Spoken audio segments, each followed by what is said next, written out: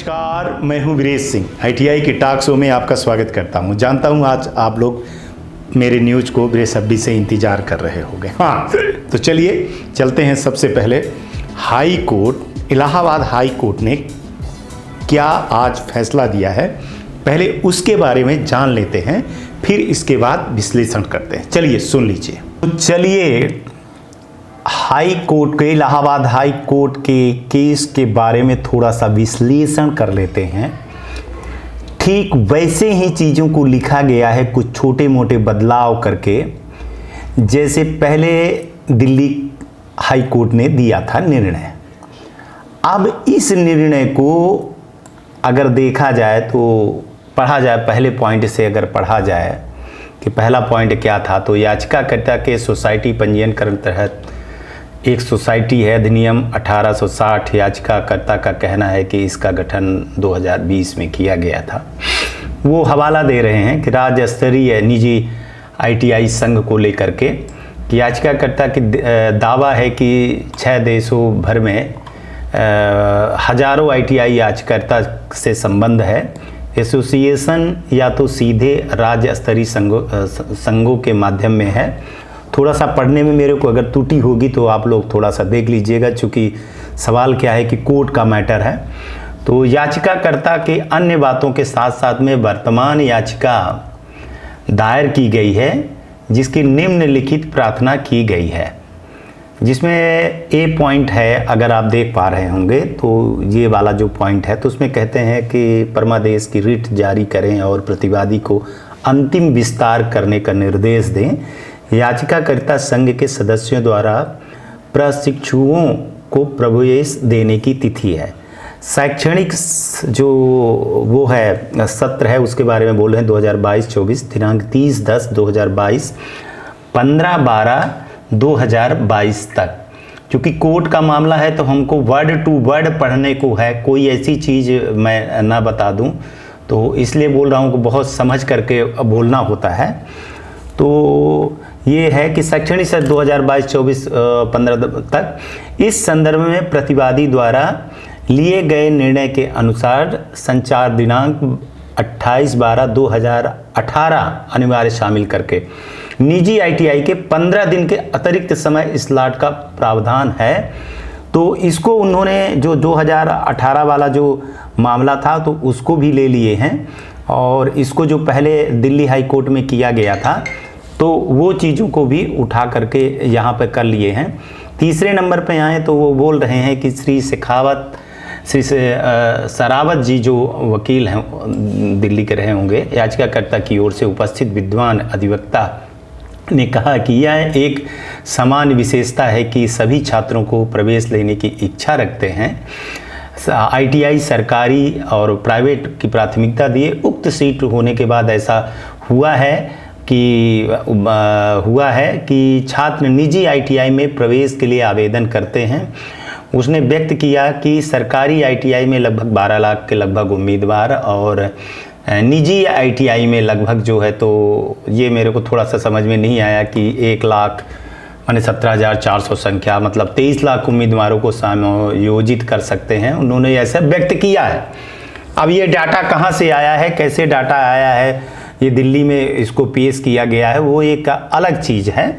लेकिन पॉइंट को मैं आप लोगों को बता रहा हूँ कि उपरोक्त में ध्यान रखते हुए प्रतिवादी डीजीटी, प्रतिवादी मतलब जब शब्द आए तो आप समझिए कि डीजीटी ने निर्णय लिया था बाद में कि छात्रों को प्रवेश देने के लिए निजी आईटीआई में 15 दिनों का अतिरिक्त समय प्रदान करने के लिए 2018 की बात कर रहे हैं वो, उस वाले केस का। तो विभिन्न सरकारी आईटीआई द्वारा ऑनलाइन प्रवेश का पूरा करना, यह निर्णय शैक्षणिक वर्ष 2019-20 से प्रभावी किया गया है। अब आ जाते हैं चौथे नंबर पे, चौथे पॉइंट पे आते हैं अगर अपन, तो चौथे पॉइंट पे कहते हैं कि याचिकाकर्ता ने वर्तमान में याचिका डीजीटी के पास याचिकाकर्ता की शिकायत में अब कोई बात नहीं है। 31/7/2021 के उपरोक्त कटाव को बढ़ा करके 31/8/2022 कर दिया। यह कटाव डेट एक बार फिर से 31/9/2022 तक बढ़ा दिया गया था। उक्त तिथि अभी तक बढ़ा दी गई है। दिनांक 4/10/2022 के एक संचार द्वारा फिर से 30/10/2022 तक कर दिया गया है। तो ये जो शब्द है तो ये उठा करके कर दिए हैं। अब याचिकाकर्ता का दावा है कि अंतिम विस्तार जो है तो अंतिम विस्तार यानी 30/10 को जो 30/10/2022 के महीने में बता रहे हैं कि उस समय पर जो ये डेट का कारण बता रहे हैं कि भाई प्रमुख त्यौहार थे, ठीक है ना, अक्टूबर में जैसे त्यौहार होते हैं उसको इन्होंने ऐसे डाला हुआ है जो मैं समझ पा रहा हूं कि दो अलग अलग कटाव को एक ही राज्य आईटीआई के द्वारा दूसरा निजी आईटीआई के लिए डीजीटी का निर्णय 28/12/18 के अनुसार याचिकाकर्ता के अनुरूप में तारीख निजी आईटीआई को 60 से 70% सीटें जो है तो लगभग खाली हैं, तो उसको यहाँ पे जो है तो सम्मिलित किया गया है। और अगर प्रवेश नहीं बढ़ाया गया तो सीटें खाली रहेंगी। नतीजन भारत की आईटीआई के जो बढ़ावा देने की बात हो रही है उस पर थोड़ा सा वो लग जाएगा। और 10वें पॉइंट पे आते हैं तो दी गई परिस्थितियों में यह न्यायालय यह स्वीकार करने में असमर्थ है कि प्रवेश की तिथि आगे नहीं बढ़ाने का डीजीटी के निर्णय को लेकर ऐसा नहीं है कि आप आगे नहीं बढ़ा सकते हो। 30/10/2022 के अनुच्छेद 226 के तहत किसी भी हस्तक्षेप का वारंट करता है, ये भारत का संविधान है, तो वो 226 उसके बारे में बता रहे हैं कि आप उसको थोड़ा सा देख लीजिए। अच्छी बात है कि ऐसा नहीं है कि डीजीटी कुछ भी करती रहे और कोई भी सुनता रहे, तो उसके बारे में है, लेकिन मैं यहाँ पे ज़्यादा अभी कुछ नहीं बोल रहा हूँ। आपका जैसे जैसे कोर्ट का है वो बता रहा हूँ, अनुच्छेद 226 के बारे में भी बताऊँगा। और 11 नंबर पे हम आते हैं, 11 नंबर पे आते हैं तो ऊपर बताए जाने के बाद मिस्टर सेयरवाल को भी ध्यान रखना जरूरी है। और ये कोर्ट ने बोला है कि उनकी भी बात को रखना जरूरी है। तर्क है कि जबकि वर्तमान याचिका की एक बड़ी संख्या लंबित थी, उम्मीदवार ने प्रवेश के लिए आईटीआई से संपर्क किया है, वे उम्मीदवार द्वारा निर्धारित कटाप स्थिति के मद्देनजर प्रवेश नहीं दिया गया है। तो ये डीजीटी उन्होंने जोर दे करके कहा है कि अगर कटाप की तारीख सिर्फ एक ही अवधि के लिए बढ़ाई जाती है तो फिर ये एक अलग बात हो जाती है। और फिर इसके बाद में पॉइंट तो बढ़िया दिया हुआ है, अब भगवान करे कि समझ में आ जाना चाहिए। तो 12 नंबर पे आते हैं तो उपरोक्त परिस्थितियों में यह न्यायालय इसे उपयुक्त मानता है कि इस याचिका पर विचार करने के लिए प्रतिवादी को निर्देशित करे, मतलब डीजीटी को, प्रतिवादी शब्द डीजीटी होता है, तो निर्देशित करे कि विशेष रूप से पूर्वोक्त विवाद याचिकाकर्ता के प्रतिनिधित्व के रूप में एक यथासंभव शीघ्रता से किसी भी घटना के उपयुक्त निर्णय जो है तो आज से 4 दिवसों के अवधि में निर्णय ले लें। उन्होंने ये 12 पॉइंट में बता दिया है कि आज से लेकर के वर्किंग डे में 4 दिन के अंडर में जो है तो ये चीजें ले लें, इस पे कोई वो नहीं है। और 13 नंबर में फिर कहते हैं कि उपरोक्त निर्देशों के साथ याचिका निस्तारण किया जाता है, कोर्ट मास्टर के हस्ताक्षर से दस्ती का आदेश है।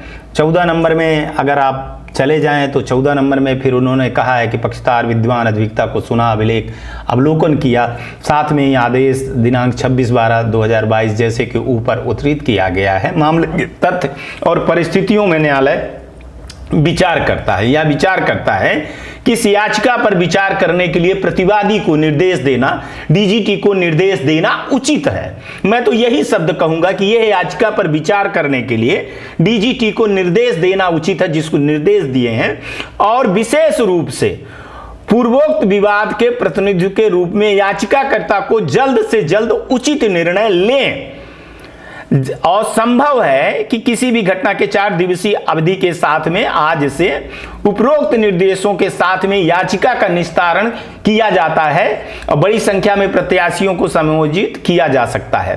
तो अगर मैं एक लाइन को मैं देखूं जितना मैं थोड़ा सा समझता हूं, कई मामलों में मैं था, तो 14 नंबर को भी जो लास्ट में लिखा है, पता नहीं बाकी लोग क्या समझेंगे, लेकिन उन्होंने एक शब्द जो लिखा है कि इस याचिका पर विचार करने के लिए प्रतिवादी को, मतलब माने डीजीटी को निर्देश दिया जाता है कि ऐसा वो ना मान लें। मेरा कहने का मतलब है कि ऐसा ना मान लें, विशेष रूप से जो है तो कि विवाद प्रतिनिधित्व के रूप में याचिकाकर्ता को जल्द से जल्द उचित निर्णय लें।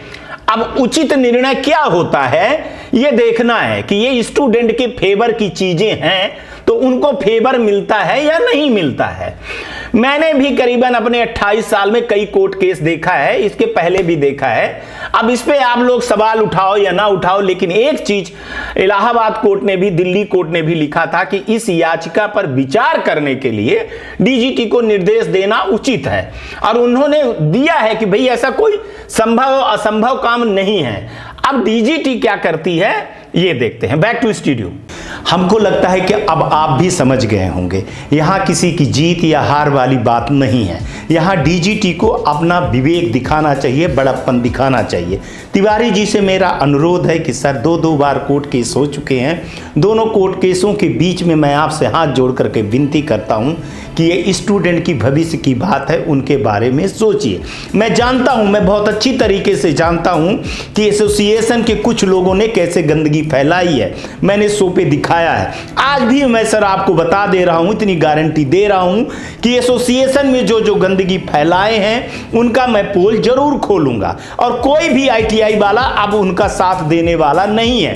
धीरे धीरे उनकी परतें खुल रही हैं सर, जो भी चीजें आई हैं, लेकिन उनके चक्कर में सर बाकी जो बच्चे जो मारे जा रहे हैं या आईटीआई मारे जा रहे हैं उसको टारगेट ना किया जाए। ये स्टूडेंट की भलाई की बात है। मुझको लगता है कि आप बड़े दिल से इस परिवार के मुखिया हैं, सोचेंगे सर, निश्चित सोचेंगे, और ये हमको आशा विश्वास है सर कि ठीक है। अब सर गुस्सा भी थूक दीजिए और देख लीजिए सर, कोई ऐसा नियम कानून बहुत बड़े नहीं है। मैं कोई आईटीआई की जीत या स्टूडेंट की जीत या डीजीटी की हार या जीत हार पे नहीं लगाऊं।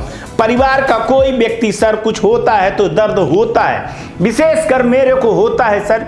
जब भी मैं डीजीटी के बारे में या कुछ बोलता हूं तो भी मेरे को दर्द होता है, आईटीआई के बारे में बोलता हूं सर तब भी दर्द होता है, स्टूडेंट के बारे में बोलता हूं तब भी दर्द होता है। मैं इंसान हूं, इंसानियत के नाते सारी चीजें होती है। ये हाड़ मांस का बना हुआ शरीर डरता भी है सर और रोता भी है, लेकिन नियम और कानून को देख करके कभी कभी ऐसा दुख होता है। लेकिन एक पत्रकार होने के नाते सर मेरी एक प्रोटोकॉल और एक मजबूरी है कि सच को दिखाया जाए, आईना दिखाया जाए। सच में जो काला है उसको काला, जिसको पीला है तो पीला शब्द दिखाया जाए और चेहरा भी दिखाया जाए। मैं इस पे लगा हुआ हूं सर, आपसे अनुरोध कर रहा हूं कि अपने टीम से बैठ करके सर इसको 4 दिन के लिए जो बोले हैं तो इस पे आप निर्णय, अच्छा निर्णय लेंगे, तंदुरुस्त निर्णय लेंगे। और आईटीआई को अब ऐसे चीजों को लेकर के कोर्ट केस नहीं जाना चाहिए। कोर्ट केस के खिलाफ मैं बिल्कुल सख्त हूं कि एजुकेशन के लेकर के कभी भी कोर्ट केस में नहीं जाना चाहिए था। और अब इतना बहुत कुछ हो गया है, अब आईटीआई वाले जानने समझने लगे हैं कि कोई अफसर आया है और वो आईटीआई के सुधार में अगर लगा हुआ है तो अब डेडलाइन खींची जाएगी। हालांकि कई आईटीआई को भोलेपन स्टूडेंट को बहकाया गया है, ये सच बात है, लेकिन कुछ ही कथित ऐसे एसोसिएशन के लोग हैं, मैं नाम लेकर के डंके की चोट पे सो पे दिखा सकता हूं और कह सकता हूं। मुझको डर नहीं है किसी एसोसिएशन के आदमी में, चाहे वो कितना बड़ा माफिया दलाल या गुंडा हो।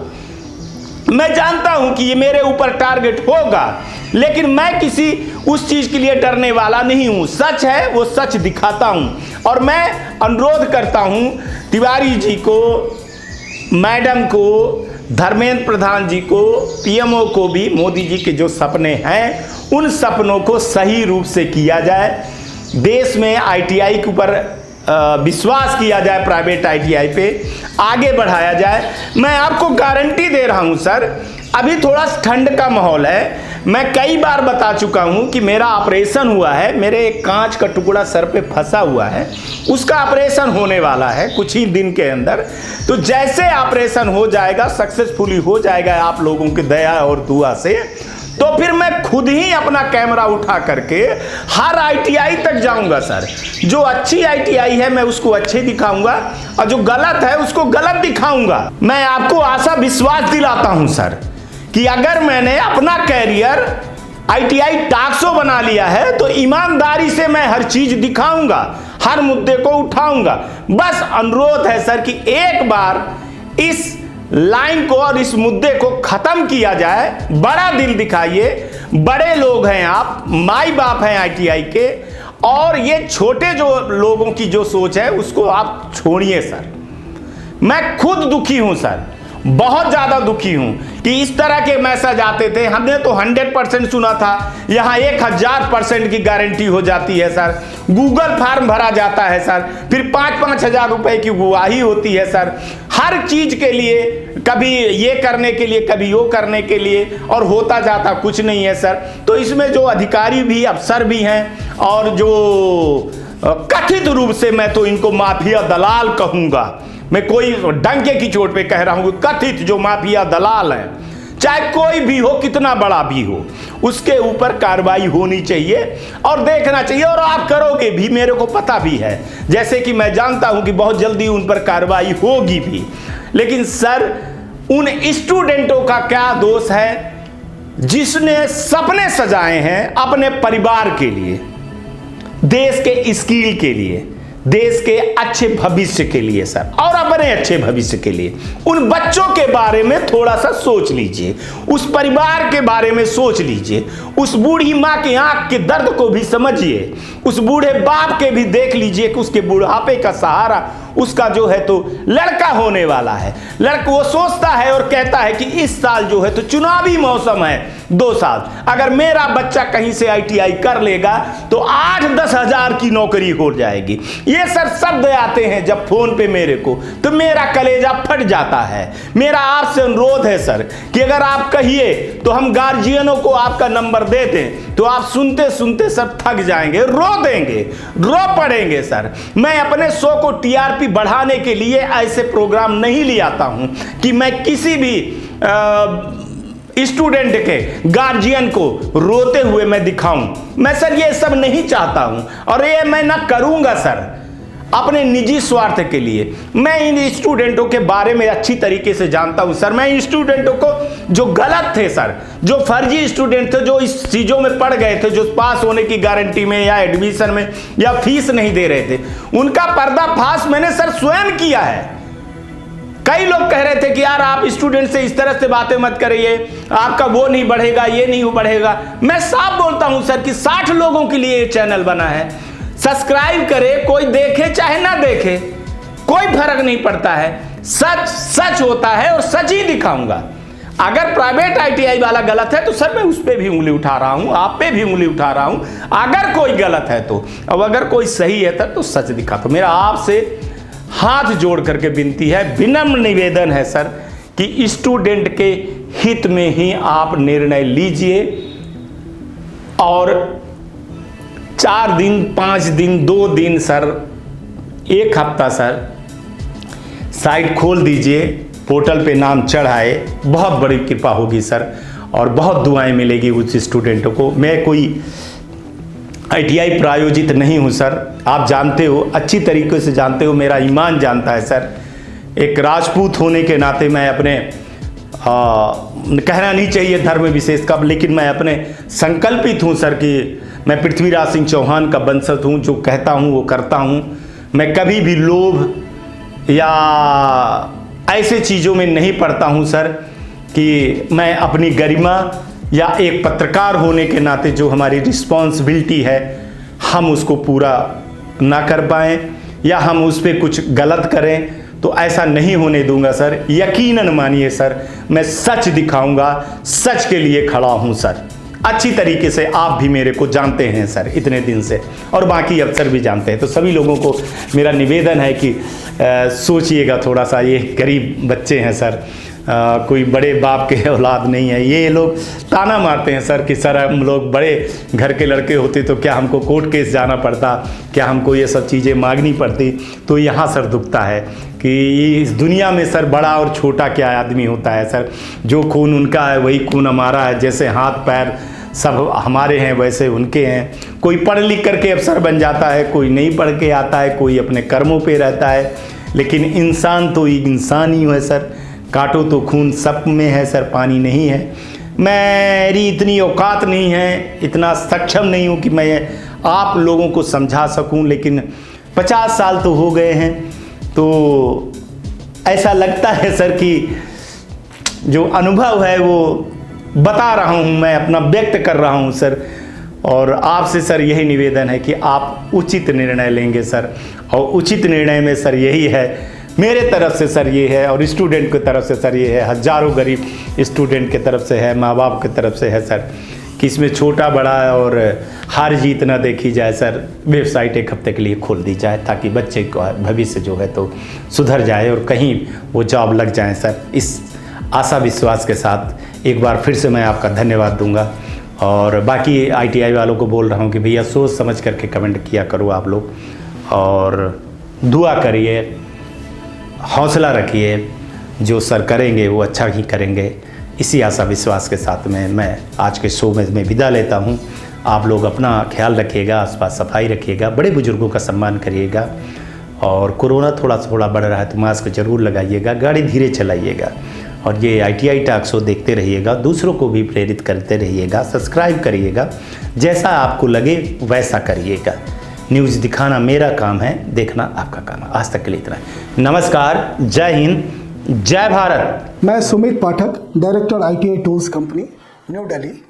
मैं पिछले 2005 से लेकर अभी तक ITI के टूल इक्विपमेंट मैन्युफैक्चरिंग और पूरे भारतवर्ष में सप्लाई का काम करते आ रहा हूँ।